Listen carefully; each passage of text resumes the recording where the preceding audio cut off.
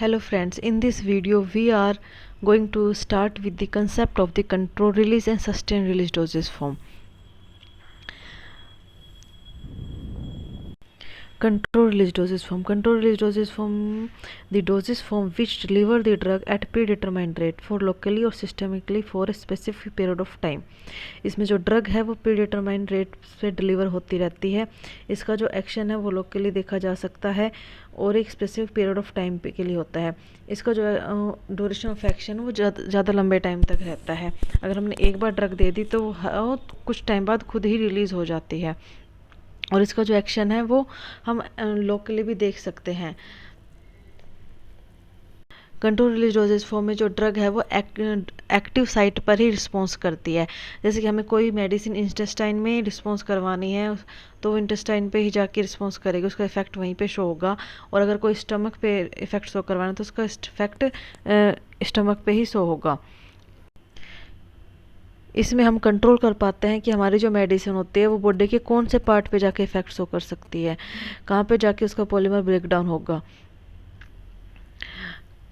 Continuous oral delivery of drug at predetermined and reproducible kinetic for predetermined period throughout the course of GIT. They maintain drug release over sustained period at a nearly constant rate.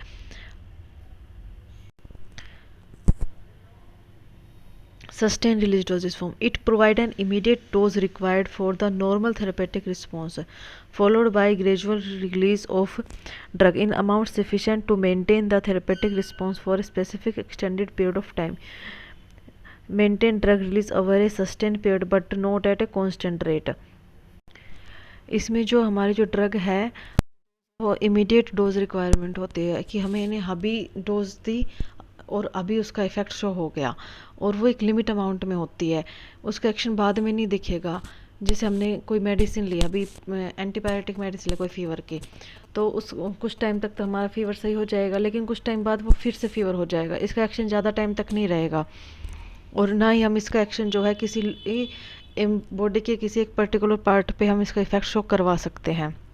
ये difference होता है sustain और control में।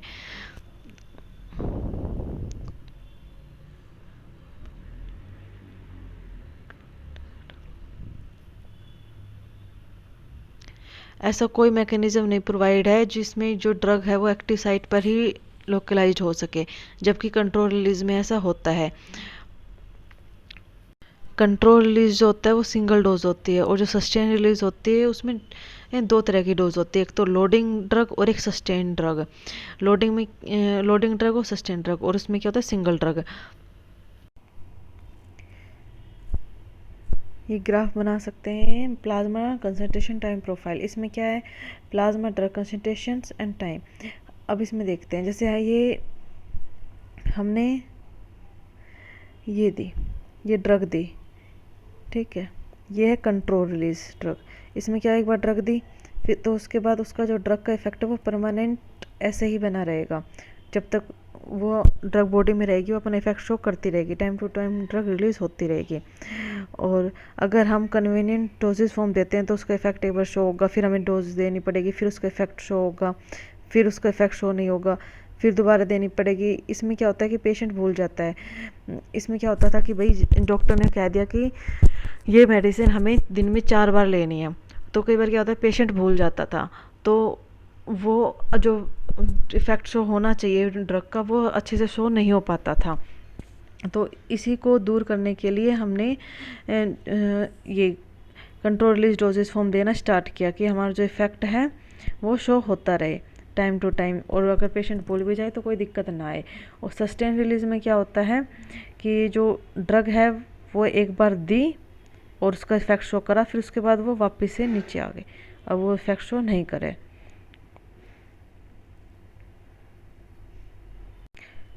Control release dosage form जो क्या है वो zero order को फॉलो करता है और सस्टेन जो है वो जीरो ऑर्डर काइनेटिक को फॉलो नहीं करता है, ठीक है। अब हम डिफरेंस देख लेते हैं sustain release dosage form, control release dosage form में। Sustain release dosage form provide medications over extended period of time. Control release dosage form maintain constant drug level in blood और टिश्यू। सस्टेन जो है वो zero order kinetic को follow नहीं करता है, और जबकि कंट्रोल रिलीज जो है वो फॉलो करता है। और सस्टेन में क्या, do not contain mechanism to promote localisation of the drug at the active site. और कंट्रोल में क्या होता है कि contain method to promote localisation of the drug at active sites. Sustain में goal of therapy to achieve steady state blood level that is the therapeutic effective. Control release में delivery of the drug at a pre determined rate for a specific period of time. अब इसके advantages देख लेते हैं। Total dose is low, reduce GI side effect, reduce dosing frequency, better patient acceptance and कॉम्प्लेंस, और improved efficacy safety ratio, maximum utilization of drug enabling, reduction in total amount of dose administrations, reduction in healthcare cost। disadvantages क्या है, dose dumping हो जाती है, stability problem आती है, poor in vivo in vitro correlation, economic factor must be accused since more costly process है। ये थोड़ा कॉस्टली पड़ता है और इसके साइड इफ़ेक्ट थोड़े कम होते हैं।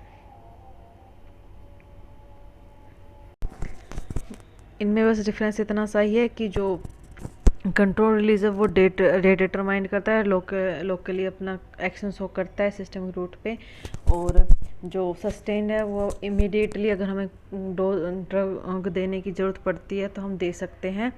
और उसमें क्या होता है कि वो जो अपना इफेक्ट है कुछ टाइम के लिए शो करता है, फिर हमें वापस से जो डोज है देनी पड़ती है। लेकिन कंट्रोल में क्या है कि वो एक बार ही डोज देते हैं, फिर उसके बाद वो अपना इफेक्ट शो करते रहते हैं, फिर उस जब तक उसका इफेक्ट रहेगा तब तक हमें उस डोज देने की ज़रूरत नहीं पड़ेगी।